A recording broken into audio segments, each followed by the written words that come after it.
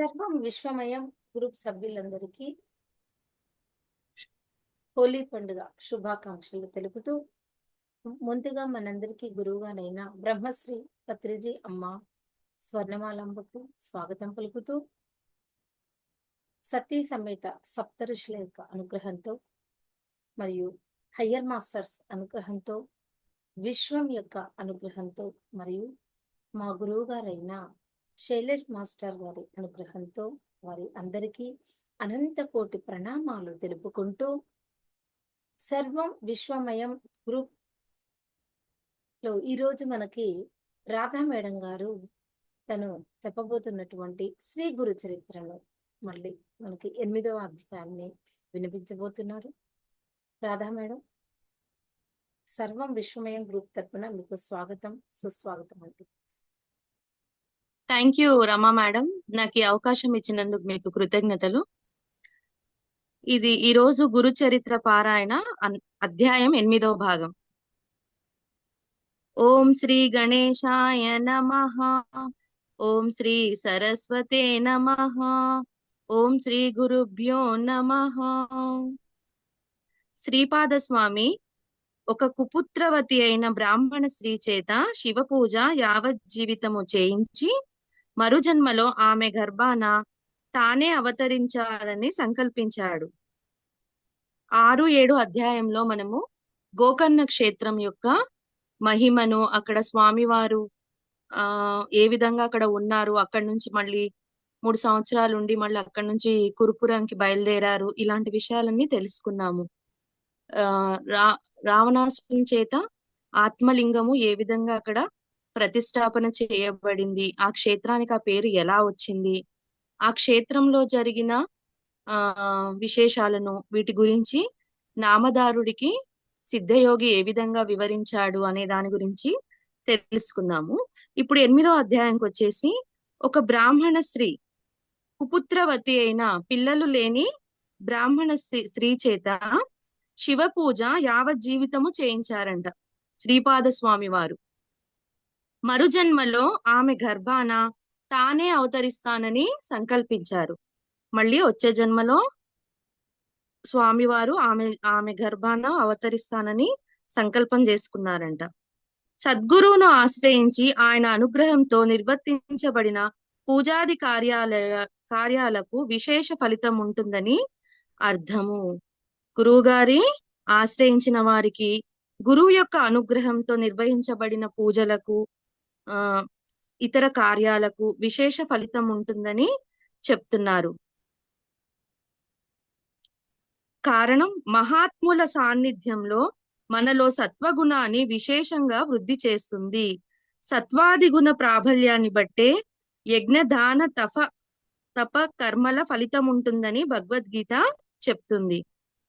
మహాత్ములు, యోగులు, సిద్ధులు, గురులు, సిద్ధ పురుషులు వీళ్ళ సాన్నిధ్యంలో అంట మనం పూజలు చేసినప్పుడు మనలో సత్వగుణం ఉంటుందంట.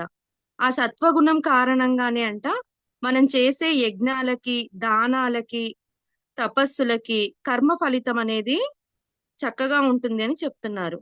ఇందులో భగవద్గీతలో తెలియజేస్తున్నారు. అందుకే తత్వదర్శి అయిన సద్గురువును ముముక్షువులను ఆశ్రయించి తీరాలని భగవద్గీతకు హృదయం అని చెప్పదగిన తద్విధిని ప్రాణిపాతేన అన్న శ్లోకము చెబుతుంది. ముముక్షువులు అంటే వీళ్ళు జ్ఞానం కోసము పరితపించే వాళ్ళు, అజ్ఞానం నుండి బయటపడడానికి, సత్యాన్ని గ్రహించడానికి, మోక్షాన్ని పొందడానికి గురువును ఆశ్రయించే వాళ్ళు అనేసి భగవద్గీత చెప్తుందన్నమాట. మూఢుడైన ఒక బ్రాహ్మణ బాలుణ్ణి శ్రీపాద స్వామి ఆత్మహత్యా ప్రయత్నము మాన్పించినట్లే శ్రీ అక్కల్కోట స్వామి సాయిబాబా తమ భక్తులను ఆదరించారు.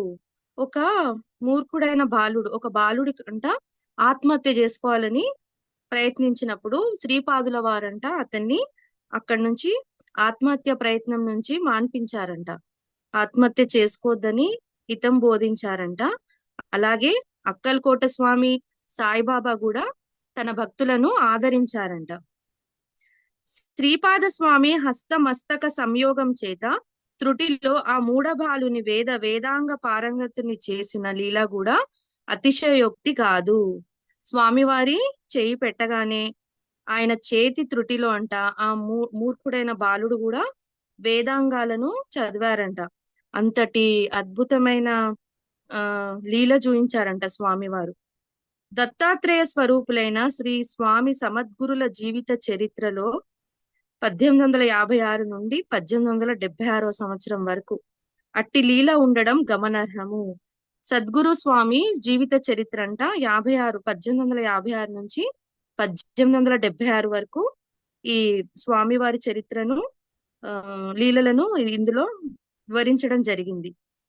శ్రీపాద స్వామి ఇట్టి అద్భుత లీలలు 8, 9, 10 అధ్యాయాలలో మనము చూడవచ్చు. ఇప్పుడు మనం చదువుతున్న 8వ అధ్యాయం, ఆ తర్వాత వచ్చే 9, 10 అధ్యాయాలు కూడానంట స్వామివారి లీలలను మనము చూడవచ్చును, వినవచ్చును, పారాయణం చేసుకోవచ్చు అని చెప్తున్నారు. కథారంభం. నామధారకుడు స్వామి శ్రీపాద శ్రీవల్లభుడు గోకర్ణ క్షేత్రంలో ఎంతకాలం ఉన్నారు? అసలు భగవత్ అవతారమైన ఆయనకు పుణ్యక్షేత్ర సందర్శనం చేయవలసిన పని ఏమిటి? నాకు ఈ సందేహాన్ని నివృత్తి చేసి అటుపై శ్రీపాద స్వామి చరిత్రను తెలపండి అని కోరాడు. స్వామివారు కాశీ, ప్రయాగ, కేదార్నాథ్ ఇలాంటి అన్ని క్షేత్రాలకు వెళ్ళి చివరన గోకర్ణ క్షేత్రంలో ఆగిపోయారనేసి 6, 7 గురు చరిత్రలో అధ్యాయంలో తెలుసుకున్నాం కదా. ఇప్పుడు 8వ అధ్యాయంలో ఏమడుగుతున్నారు? గోకర్ణ క్షేత్రంలో స్వామి ఎంతకాలం ఉన్నారు? అసలు భగవత్ అవతారమైన ఆయనకు పుణ్యక్షేత్ర సందర్శనం చేయవలసిన అవసరం ఏముంది? ఆయన సాక్షాత్తు పరమేశ్వరుడే కదా, త్రిమూర్తి స్వరూపుడు కదా. ఆయన పుణ్యక్షేత్రాలను సందర్శించాల్సిన అవసరం ఏముంది స్వామి అని నామధారకుడు సిద్ధయోగిని అడుగుతున్నాడు. నాకు కలిగిన ఈ సందేహాన్ని మీరు నివృత్తి చేయండి అనేసి మళ్ళీ అటుపై శ్రీపాద స్వామి చరిత్రను కూడా నాకు తెలియజేయండి అని చెప్తున్నారు. అప్పుడు సిద్ధయోగి ఇలా చెప్పారు. శ్రీపాద స్వామి గోకర్ణ క్షేత్రంలో 3 సంవత్సరాలు నివసించి ఆ తర్వాత శ్రీశైలం వెళ్లారు. అక్కడ 4 నెలలుండి భక్తులను అనుగ్రహించి అక్కడి నుండి నివృత్తి సంగమానికి వెళ్లి స్నానం చేసి తర్వాత కురువపురం వెళ్లారు. స్వామివారంట మొన్న 6, 7 అధ్యాయంలో తెలుసుకున్నాం కదా, 3 సంవత్సరాలు గోకర్ణ క్షేత్రంలోనే ఉన్నారంట. మళ్ళీ అక్కడి నుంచి ఆయన ఏం చేశారు? కురుపురం వెళ్లే గ్యాప్ లో శ్రీశైలం వెళ్లారంట. అక్కడ మళ్ళీ 4 నెలలు ఉన్నారంట. అక్కడ 4 నెలల నుండి అక్కడున్న భక్తులందరినీ అనుగ్రహించారంట. అక్కడి నుండి మళ్ళీ నివృత్తి సంగమానికి వెళ్లారంట. అక్కడికి వెళ్ళి అక్కడ స్నానం చేసి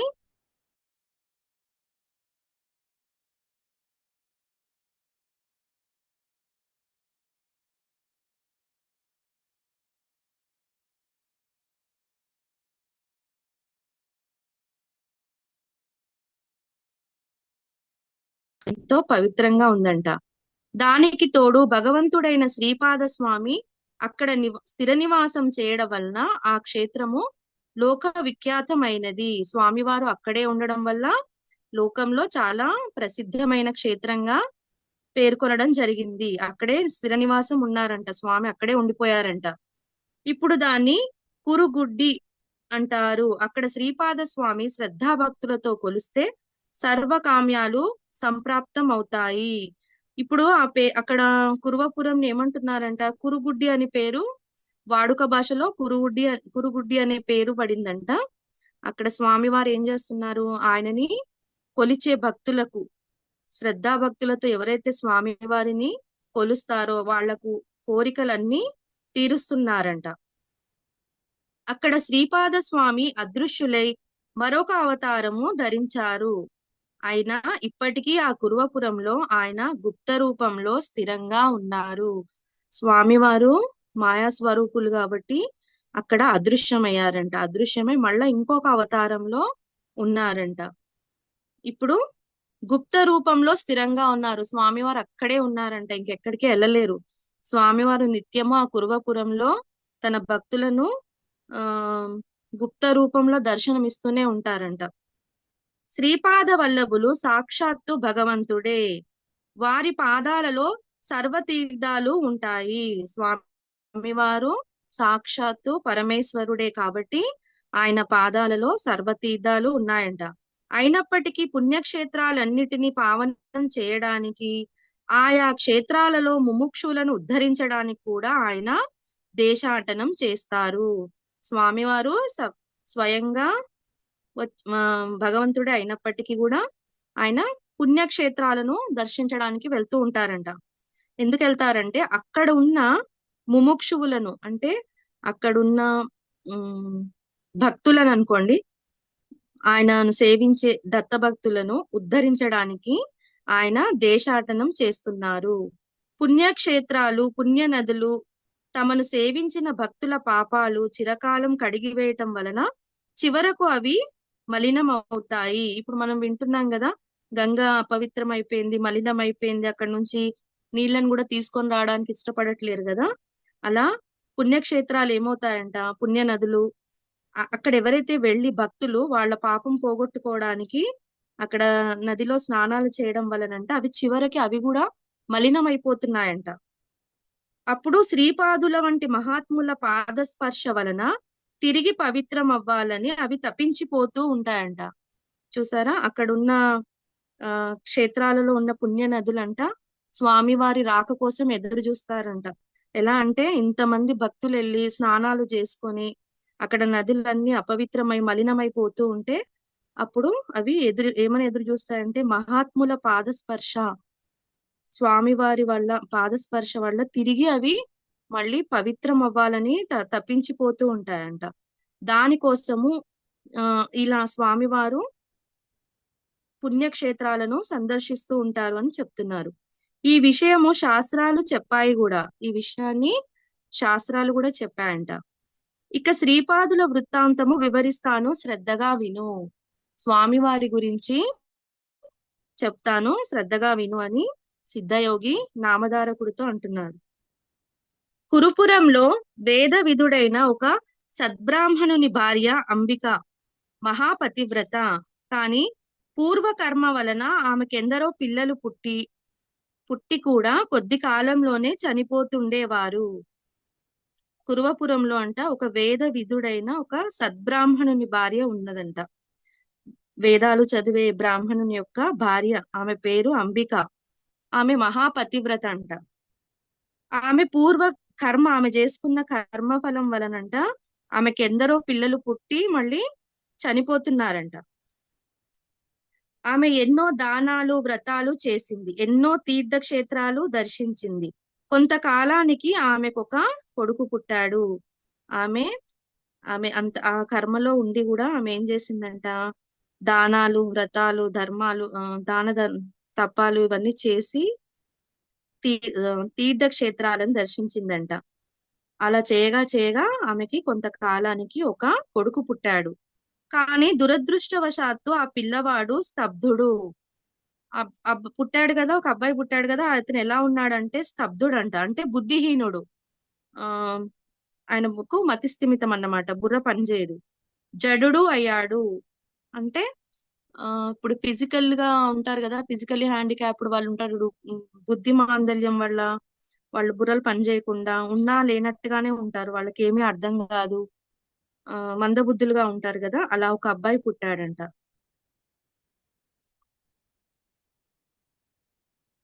ఎనిమిదవ సంవత్సరం రాగానే తండ్రి అతనికి ఉపనయనం చేసి వేదాధ్యయనము చేయించాలని చూశాడు. అబ్బాయి పెరుగుతూ ఉన్నాడు. అప్పుడు ఏం జరిగిందంటే అతన్ని గారాబంగా పెంచుకున్నారు. ఒకడే కొడుకు అనేసి తల్లిదండ్రులు చాలా గారాబంగా పెంచుతూ ఉంటే 8వ సంవత్సరం వచ్చేసరికి అతనికి ఉపనయనం చేయిద్దామని వేదాధ్యాయం కోసము గురుకులానికి తీసుకెళ్లారంట. కానీ ఆ మందమతి ఎంతకాలానికి ఒక్క వేద మంత్రమైనా సరిగ్గా నేర్చుకోలేకపోయాడు. ఆ బాబు ముందే బుద్ధిహీనుడు, బుర్ర పనిచేయదు కాబట్టి, స్తబ్దుడుగా ఉన్నాడు కాబట్టి అతనికి బుర్ర పనిచేయక అసలు ఏవి అర్థం కాక ఒక్క మంత్రం కూడా సరిగ్గా నేర్చుకోలేకపోయాడంట. ఆ మంత్రానుష్ఠానం ద్వారానైనా అతనిని బుద్ధిమంతునిగా చేయాలని తండ్రి అతనిని కొడుతుండేవాడు.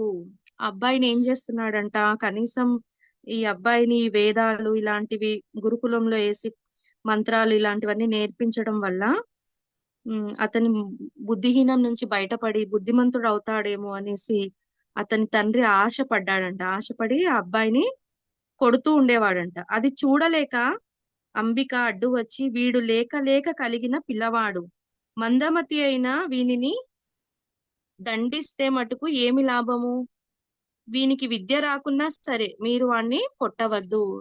తండ్రి ఏమని కోరుకుంటున్నాడంటే, ఆ అబ్బాయి వేదాలన్నీ చదువుకుంటే గనుక మంచిగా బుద్ధిమంతుడు అవుతాడు, ప్రయోజకుడు అవుతాడేమో అని ఆశపడుతూ ఆ బాలుని కొడుతూ ఉన్నాడంట. అంత గారాబంగా లేక పుట్టిన అబ్బాయిని అలా కొడుతూ ఉంటే ఆయన భార్య చూడలేక అంబిక అడ్డు వచ్చి ఏం చెప్పిందంటే, వాడు ఎలాగూ బుద్ధిహీనుడు, వాడిని అలా కొడుతూ దండిస్తూ ఉంటే నేను చూడలేను, వాడికి విద్యలు రాకున్నా పర్వాలే, మీరు వాడిని ఏమీ చెయ్యొద్దు అనేసి అడుగుతుందంట.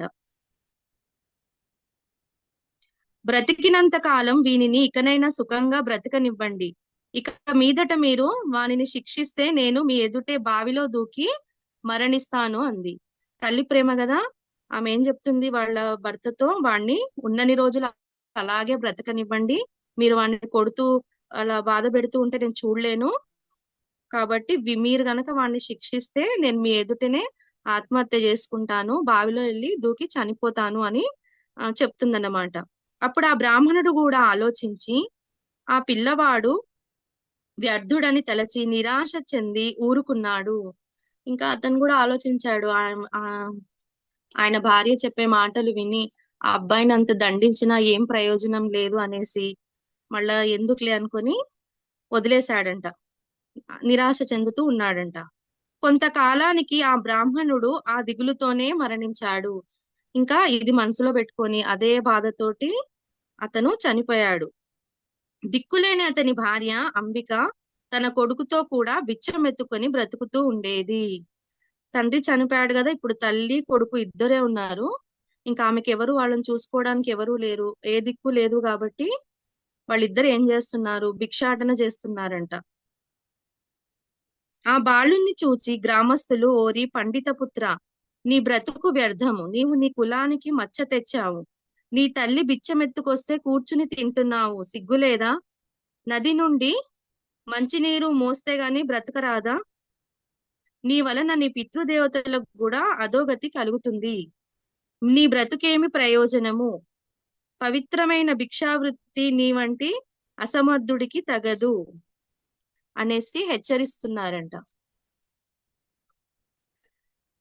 ఆయన బ్రాహ్మణుడు చనిపోయిన తర్వాత వాళ్ళ అంబిక ఇంకా అతని కొడుకు ఇద్దరు ఏం చేస్తున్నారు, వాళ్ళకి ఇంకా చూసే వాళ్ళు ఎవరు లేక భిక్షం ఎత్తుక్కుంటూ జీవిస్తున్నారంట. అది చూసిన గ్రామంలో ఉన్న బ్రాహ్మణులు వీళ్ళందరూ కలిసి ఆ బాలుల్ని తిడుతున్నారంట.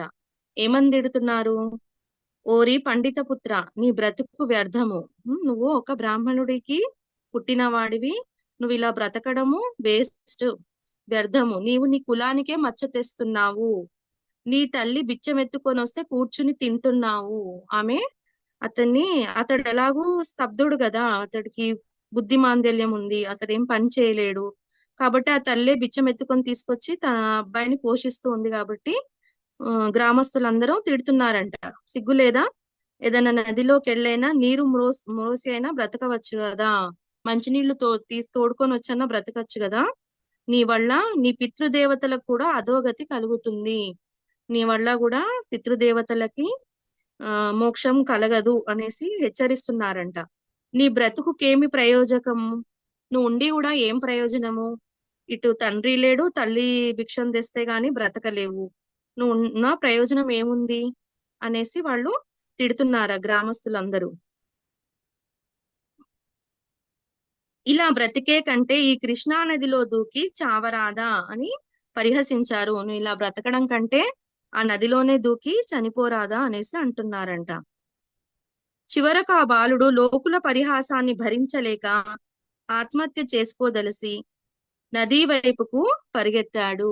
అతడు వింటున్నాడన్నమాట వీళ్ళందరి గ్రామస్తులు అనే మాటలన్నీ గమనిస్తున్నాడు. అతడు ఏమీ చేయలేక వాళ్ళ మాటలకు చాలా బాధపడి ఆలోచించి తల్లిని బాధ పెడుతున్నాడు, అతడేమో ఏమీ చేయలేకపోతున్నాడు కాబట్టి అతడు ఉండడము వ్యర్థం అనుకొని అతను ఏమనుకున్నాడు, కృష్ణా నదిలోకి వెళ్ళి దూకి చనిపోదాము అనుకున్నాడు.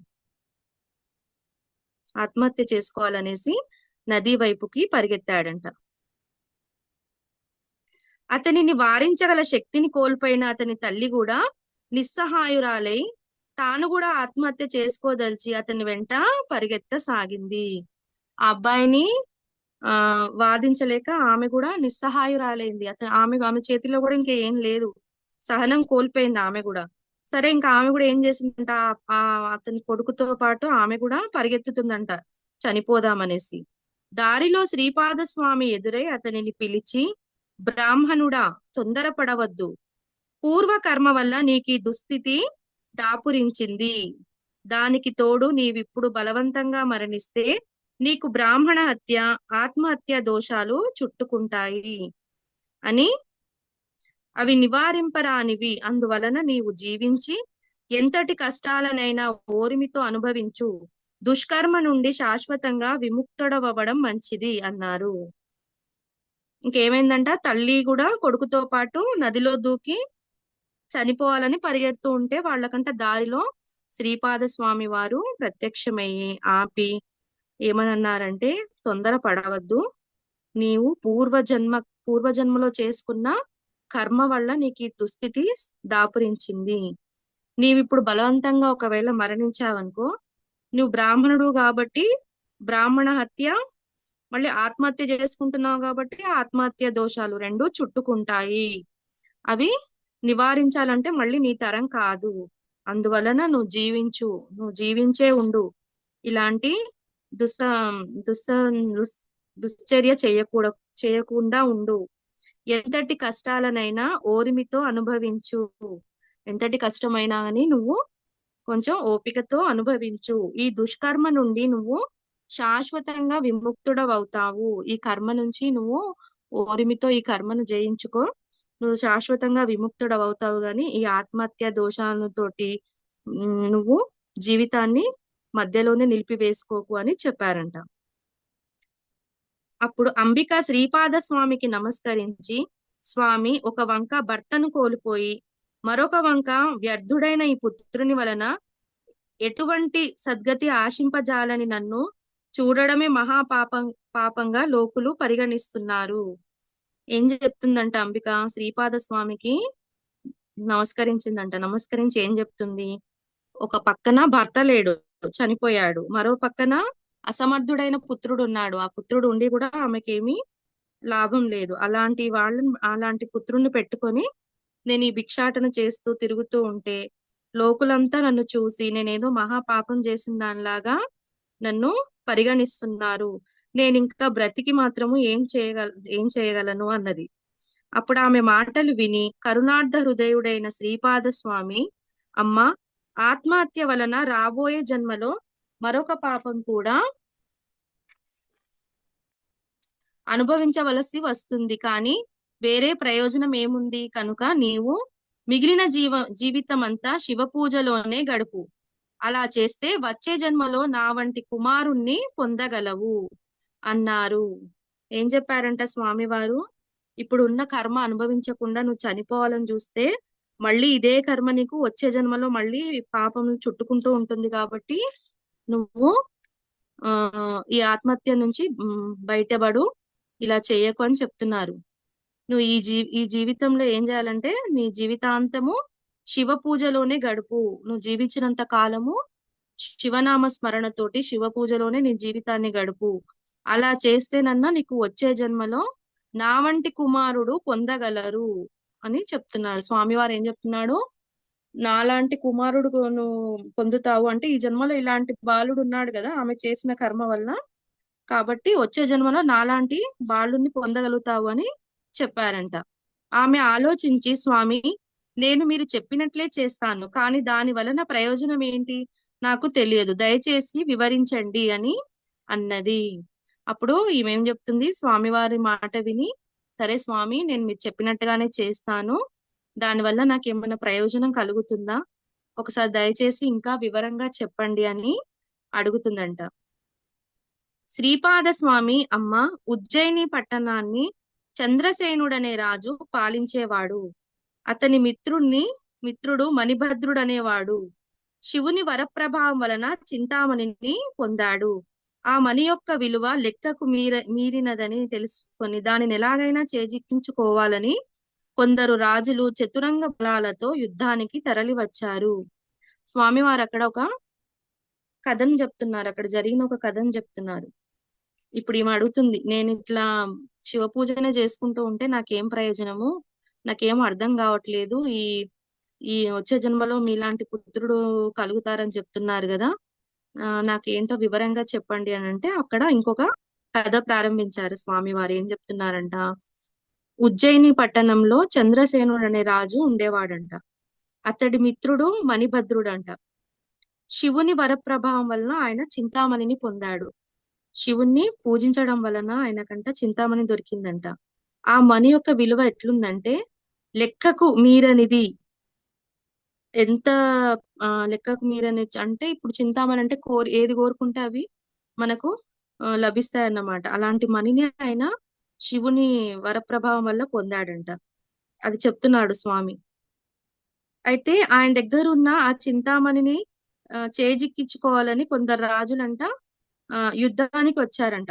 చతురంగ బలాలతో అంటే వాళ్ళకున్న సేనాలతోటి అక్కడ యుద్ధానికి వచ్చిరంట. ఆ సమయంలో మణిభద్రుడు, చంద్రసేన మహారాజు ఇద్దరు ఏకాగ్ర మనస్కులై ప్రదోష కాలంలో శివ పూజ చేయసాగారు.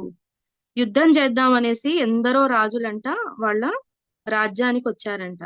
కానీ ఆ సమయంలో ఏం చేస్తున్నాడు, మణిభద్రుడు, చంద్రసేనుడు వీళ్ళిద్దరు మిత్రులు కదా, వాళ్ళిద్దరూ కలిసి అంట ప్రదోష కాలంలో శివుణ్ణి అంట పూజ చేస్తున్నారంట, శివ పూజ చేయసాగారు. ఒక త్రయోదశి శనివారం నాడు ప్రదోష సమయంలో వారు పూజ చేస్తుంటే ఆ పట్టణంలోని గోపబాలకులు కూడా తమ ఇండ్ల ముంగిళ్లలో ఆకులతో పూలతో పూజ చేయసాగారు. అక్కడ ఏమైందంట, రాజును అతని మిత్రుడు ఇద్దరు కలిసి పూజ చేస్తుంటే ఆ రోజు ఏంటి, త్రయోదశి అంట, శనివారం అంట.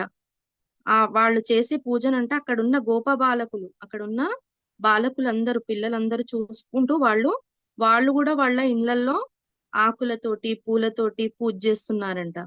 వారి తల్లులు ఆ పిల్లలను భోజనం కోసము ఇళ్లలోకి లాక్కుని పోయారు. అప్పుడు వాళ్ళ పూజలోంచి వాళ్ళను మధ్యలోనే ఆపేసుకొని వాళ్ళ తల్లి అంట ఇంటికి లాక్కొని తీసుకొని వెళ్ళిపోతున్నారంట పిల్లల్ని. వారిలో ఒకరి వద్ద నుండి వాని తల్లి పూజ సామగ్రి లాగివేసి వాడిని బలవంతంగా లేవదీసింది. ఇట్లా పిల్లలందరూ రాజు మిత్రుడు ఇద్దరు చేస్తున్న పూజలాగా పిల్లలు కూడా ఆకులతోటి పూలతోటి పూజలు చేస్తుంటే వాళ్ళ తల్లిలు వచ్చి పిల్లలను ఆ పూజలోంచి లేవదీసుకొని పోతున్నారంట. అప్పుడు ఏం జరిగింది, అప్పుడు ఒక బాలుడు తన శివ పూజకు విఘ్నం కలిగినందుకు చాలా దుఃఖపడి ఆ దోష పరిహారానికి మరణించడానికి సంసిద్ధుడయ్యాడు. ఒక అబ్బాయి ఎంత బాధపడ్డాడంటే వాళ్ళ అమ్మ అతన్ని పూజ చేసుకొనియట్లేదు అనేసి చాలా బాధపడి ఇంకా అతను బలవంతంగా వాళ్ళ అమ్మ తీసుకొని వెళ్తుంటే ఏడ్చేసి చనిపోవాలనుకున్నాంట. చిన్నపిల్లలు కొందరు తొందరగా హర్ట్ అయిపోతుంటారు, చిన్న చిన్న విషయాలకే వాళ్ళు ఇదైపోతుంటారు కదా. కానీ ఇక్కడ ఈ బాలుడు ఏంటంటే శివ పూజకి వాళ్ళమ్మ అడ్డుకున్నందుకు కారణంతో చనిపోవడానికి సిద్ధమయ్యాడంట. అప్పుడు విశ్వసాక్షి అయిన పరమేశ్వరుడు అతనికి ప్రత్యక్షమై వరం కోరుకోమన్నాడు. ఆ బాలుడి భక్తి కంట సాక్షాత్తు పరమేశ్వరుడే వచ్చారంట. వచ్చి ప్రత్యక్షమై బాలుడా నీకేం వరం కావాలో కోరుకో అన్నాడంట. ఆ బాలుడు ఆ దివ్యమూర్తికి ప్రణామం చేసి తన తప్పును మన్నించమని ప్రార్థించాడు. చూసారా, అంత చిన్న పిల్లవాడు వాళ్ళ అమ్మ చేసిన దానికి నా తప్పును మన్నించు స్వామి, నేను నీ పూజలో మధ్యలోనే ఆపేశాను అనేసి ప్రార్థిస్తున్నాడంట. అప్పుడు శివుడు ఏమన్నాడో చూడండి, భక్తి చేత నీవు నా సాయుధ్యము పొందగలవు. నీ తల్లి తెలియక అపరాధం చేసింది, అయినా నీ అర్చనా విధానం చూసింది గనుక మరుజన్మలో విష్ణు జనని అవుతుంది అని వరమిచ్చి అంతర్ధానం అయ్యాడు. ఏం చెప్తున్నాడు, నువ్వుకున్న భక్తి వల్ల నువ్వు నాకు పూజ చేస్తున్నావు, కానీ ఆమె తెలియక అపరాధం చేసింది, కాబట్టి మరుజన్మలో ఆమె విష్ణు జనని అవుతుంది అనేసి వరం ఇచ్చేశారంట. వరం ఇచ్చి వెళ్ళిపోయారంట అక్కడి నుంచి. అక్కడున్న లింగము దివ్య తేజస్సుతో వెలిగిపోతుందంట. పిల్లలు అక్కడ పూజ చేస్తున్నారు కదా, ఆ లింగం ఎలా ఉందంట, దివ్య తేజస్సుతో వెలిగిపోతుందంట. ఆ యుద్ధానికి వచ్చిన రాజులంతా ఇది చూసి సూర్యుడు రాత్రిపూట కూడా ప్రకాశిస్తున్నాడా అని తలచారంట. ప్రదోష కాలంలో మహారాజు వాళ్ళ మిత్రుడు ఇద్దరు పూజ చేస్తుంటారు కదా, అది చూసి ఆ ఊర్లో ఉన్న పిల్లలు కూడా అందరూ పూజ చేస్తుంటే ఆ ఊరంతా ఎలా ఉందంటే రాత్రిపూట కూడా సూర్యుడు వచ్చి ప్రకాశిస్తున్నాడా అన్నంతగా ఉందంట. అంతటి భక్తి శ్రద్ధలు ప్రజలలో కలిగించిన పుణ్యాత్ముడైన చంద్రసేనుడికి మేలు చేయదలిచి అంతటి మహానుభావునితో యుద్ధం చేయాలనుకోవడము బుద్ధి తక్కువని పశ్చాత్తాపం చెంది వారంతా సగౌరవంగా చంద్రసేన మణిభద్రులను దర్శించడానికి వచ్చారు. వీళ్ళు చేసే పూజ ఎలా ఉందంటే ఊరంతా రాత్రి సమయంలో కూడా సూర్యుడు ఉదయిస్తున్నాడంత వెలుతురు కారు చిముకట్లన్నీ తొలగిపోయి మొత్తము ఆ నగరం అంతా వెలుగులో ఉందంట, బంగారు కాంతిలో ఉందంట. అప్పుడు ఎవరైతే ఈ పక్క రాజ్యాల నుంచి రాజులు వచ్చి యుద్ధం చేయాలనుకుంటారో వాళ్ళందరూ పశ్చాత్తాపం చెందేసి అక్కడ జరిగిన ఈ ఒక బాలుడు ఇలా బాధపడడము ఇవన్నీ చూస్తున్నారంట. నగరంలో ఆ రాజ్యంలో జరుగుతున్నాయన్నీ చూసి ఇంతటి మహానుభావుల దగ్గర నుంచి మనం వెళ్ళి వీళ్ళను యుద్ధం చేయడం తప్పనేసి భావించి సగౌరవంగా చంద్రసేనుని మణిభద్రులను చూసుకొని వాళ్ళు వచ్చేసారంట. అప్పుడే పూజను ముగించిన రాజు ఆ ప్రకాశానికి కారణం తెలుసుకొని తనను చూడవచ్చిన ఆ రాజులతో కలిసి ఆ ప్రదేశానికి వెళ్లి ఆ దివ్యలింగాన్ని చూసి ఆనందించారు. అక్కడ జరుగుతున్న పూజను ఇవన్నీ చూసుకొని రాజులు ఆ ప్రదేశానికి వెళ్ళి ఏం చేశారు, అక్కడ వాళ్ళు ఏ లింగాన్ని అయితే పెట్టి పూజ చేస్తున్నారో అర్చిస్తున్నారో ఆ లింగాన్ని చూసి వాళ్ళు దర్శించుకున్నారంట. ఆ గోపబాలకుడు చెప్పగా ఆ వృత్తాంతాన్ని విన్న చంద్రసేనుడు మిగిలిన రాజులు ఆ పిల్లవాడికి గోపాధిపత్యము ధనం ఇచ్చి వెళ్లిపోయారు. తరువాత ఆ గోపాలుని తల్లి యశోదగా జన్మించి విష్ణువుకు జనని అయింది కనుక అమ్మ శివ పూజ మహిమ వల్ల మరుజన్మలో నీవు కూడా అలాగే అవుతావు అన్నారు. ఇప్పుడు ఇక్కడ ఏమర్థమైంది మీకు? ఈ అంబిక ఉంది కదా, ఆమె ఇలా చనిపోవాలని కొడుకుతో పాటు నదీ తీరానికి పరిగెత్తింది. అప్పుడు స్వామివారు ఏం చెప్తారు, మీరు పూర్వజన్మలో చేసుకున్న కర్మను అనుభవించాలి, అది అనుభవించకుండా ముందే చనిపోతే మళ్ళీ ఆ కర్మ ఇంకో జన్మకు దారి తీస్తుంది, కాబట్టి నువ్వు ఓపిగ్గా నీ కర్మను అనుభవిస్తూ జీవితాంతము శివ పూజ చేసుకో అని చెప్పారు. అంటే అప్పుడు ఆ మంది శివ పూజ చేసుకోవడం వల్ల ప్రయోజనం ఏంటి స్వామి అని అడిగితే అక్కడ ఒక స్వామివారు ఒక చిన్న కథని చెప్పారు. ఏం కథ అంటే అక్కడ ఉజ్జయిని అనే పట్టణంలో చంద్రసేనుడు అతని స్నేహితుడు ఎవరు మణిభద్రుడు ఉండేవాడు. అయితే వీళ్ళు శివుని వరప్రభావం వల్ల ఒక చింతామణిని పొందారు. ఆ చింతామణి ద్వారా వీళ్ళు ఏంటంటే వీళ్ళ దగ్గర చింతామణి ఉంది, దాన్ని దొంగిలించాలనేసి యుద్ధం జరిపి వాళ్ళ దగ్గర నుంచి దాన్ని లాక్కెళ్లాలని అందరూ రాజులు ఈ రాజు దగ్గరికి దండెత్తడానికి వస్తారు, యుద్ధం చేయడానికి వస్తారు. వచ్చినప్పుడు ఏం జరుగుతది, ఈ రాజు మిత్రసేనుడు ఇద్దరు ప్రదోష కాలంలో పూజ చేస్తుంటే ఆ పూజను చూసి అక్కడ ఉన్న చిన్న పిల్లలు ఆ గుడి దగ్గర వాళ్ళు చేసే పూజను చూసి మిగతా వాళ్ళంతా ఊర్లో ఉన్న వాళ్ళందరూ పూజలు చేస్తున్నారంట. చిన్న పిల్లలైతే ఆకులు పూలు ఇవి తీసుకొని పూజ చేస్తూ ఉంటే తల్లిదండ్రులు ఉంటారు, తల్లి ఉంటుంది కదా, పిల్లలు అలా పూజ చేస్తుంటే తల్లి పిల్లలను ఎవరి తల్లులు వాళ్ళ పిల్లలను లాక్కొని తీసుకెళ్తూ ఉంటే అక్కడ ఒక బాలుడు, ఒక గోప బాలుడికి జరిగిన చిన్న కథ ఏంటంటే అతడు చాలా బాధపడి చనిపోవాలనుకుంటాడు. శివ పూజకి వాళ్ళ అమ్మ అడ్డు వచ్చి ఆపేసినందుకు చాలా బాధపడితే సాక్షాత్తు పరమేశ్వరుడే వచ్చి అతనికి అభయం ఇస్తాడన్నమాట. ఏమని, నువ్వు నువ్వు పూర్వజన్మలో చేసుకున్న పుణ్య కర్మ వల్ల నన్ను ఇంతగా పూజించావు, ఇక్కడ నీ పూజకు అడ్డుపడింది నీ తల్లి, నీ తప్పేమీ లేదు, ఆమెకి వచ్చే జన్మలో ఏంటది విష్ణువుకి జనని అవుతుంది అనేసి అభయం ఇచ్చేసి ఆ అబ్బాయిని స్వామిని తప్పేమీ లేదని చెప్పేసి వరం ఇచ్చి వెళ్ళిపోతారు. ఇదంతా అక్కడ జరిగింది. దీని వల్ల ఆ రాజులు కూడా ఎవరైతే దండెత్తి యుద్ధం చేయాలని వచ్చిన రాజులు కూడా ఏం చేస్తారంటే ఆ ఆ ఆ రాజ్యంలో ఉన్న బంగారు కాంతి ఆ సమయంలో వాళ్ళు యుద్ధం చేయడానికి వచ్చినప్పుడు అక్కడ వాళ్ళు ప్రదోష కాలంలో పూజ చేస్తుంటే ఊరంతా రాత్రి పూట కూడా సూర్యుడు ఉదయించేలా ఉండేసరికి వాళ్ళు ఆశ్చర్యపోతారంట ఇదేం మహిమ అనేసి. అక్కడ జరిగిందంతా చూసి వాళ్ళు ఆ మిత్ర చంద్రసేనుడు మణిభద్రుడితో యుద్ధం చేయడం అవసరమా అనేసి వాళ్ళ తప్పు తెలుసుకొని అక్కడి నుంచి వాళ్ళు స్వామివారిని దర్శించుకొని వెళ్ళిపోతారన్నమాట. ఇలా ఈ బాలుడికి కూడా ఏం చేశారు, వాళ్ళు ధనము ఇస్తారంట. మిగిలిన రాజులు ఆ పిల్లవాడికి ధనము ఇచ్చి ఏం చెప్తున్నారంటే ఇదంతా ఎందుకు చెప్తున్నారంటే శివ పూజ మహిమ వలన ఇంతటి ఫలితం ఉంటుంది కాబట్టి నువ్వు శివ పూజ చేసుకో అనేసి శ్రీపాదుల స్వామి వారు అంబికకు చెప్తున్నారు ఈ జరిగిన కథను. ఈ కథ విని అంబిక ఇలా అడిగింది, స్వామి, శివ పూజ వలన కలిగే ఫలితము వచ్చే జన్మలో కదా, ఈ జీవిత విశేషము నేను ఎలా గడపాలి? సరే, శివ పూజ చేసుకుంటే వచ్చే జన్మలో లాభం పొందుతాం కదా, మరి ఈ జన్మ ఎలా మరి అని అడుగుతుందంట. ఈ జీవిత శేషము నేను ఎలా గడపాలి, ఈ జీవితాంతము నేను ఎలా గడపాలి? మహానుభావ,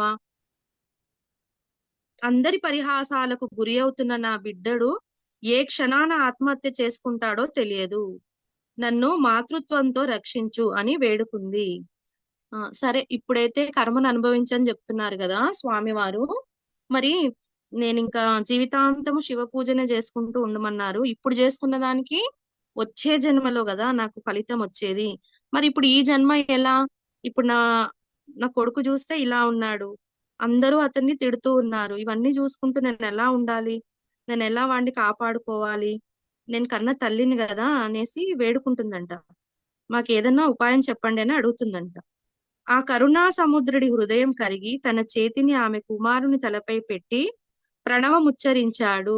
స్వామివారు ఏం చేశాడంటే ఇంకా వాళ్ళను అతని కుమారుని తలపైన చేయి పెట్టి అతనికి అప్పుడు జ్ఞానోదయం అవుతుందన్నమాట. ప్రణవం ఉచ్చరించారంట స్వామివారు. ఆ మూర్ఖ బాలుడు తక్షణమే బృహస్పతి అంతటి జ్ఞాని వక్త అయ్యాడు. స్వామివారి స్పర్శ వలన ఆ మందబుద్ధిగా ఉన్న అతడు ఆ బాలుడు ఏం చేశాడు, జ్ఞాని అయిపోయాడంట.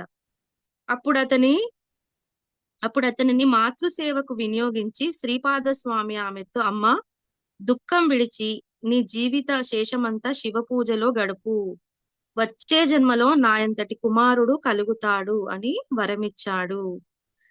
ఇప్పుడు ఇక్కడ ఏం జరిగిందంటే ఇదంతా కథ విన్నాక ఆమె ఏమడిగింది అంబిక, ఇప్పుడు ఈ జన్మలో నేను పూజ చేసుకుంటే వచ్చే జన్మలో ప్రయోజనం ఉంటుంది అంటున్నారు కదా, మరి ఈ జన్మంతా నేను ఎలా గడపాలి?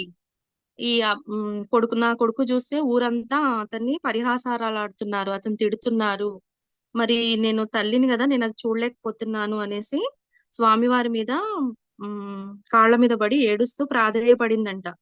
అప్పుడు స్వామి జాలిపడి ఏం చేశారు, శ్రీపాద స్వామి వారు ఆ అబ్బాయి తలపైన చేయి పెట్టి ఆయనకి ప్రణవాన్ని ఉచ్చరించారు.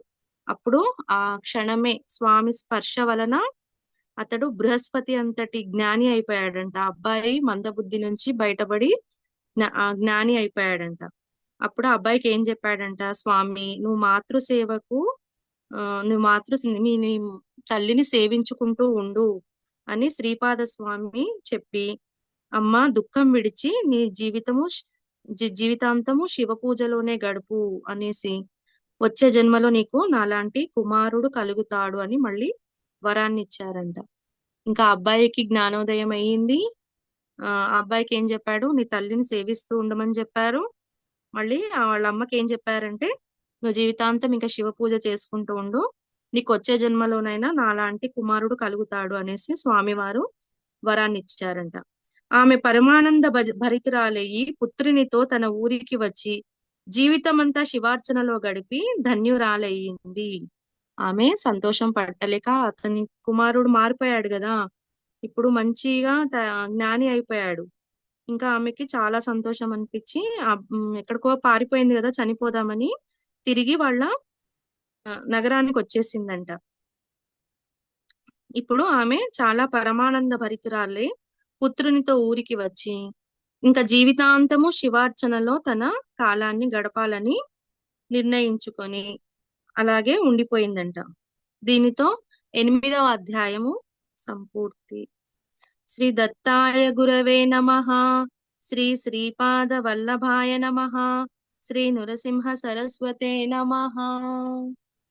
ఓం లోకా సమస్తా సుఖినో భవంతు. సర్వే జనా సుఖినో భవంతు. ఓం శాంతి శాంతి శాంతి. జై గురుదత్త.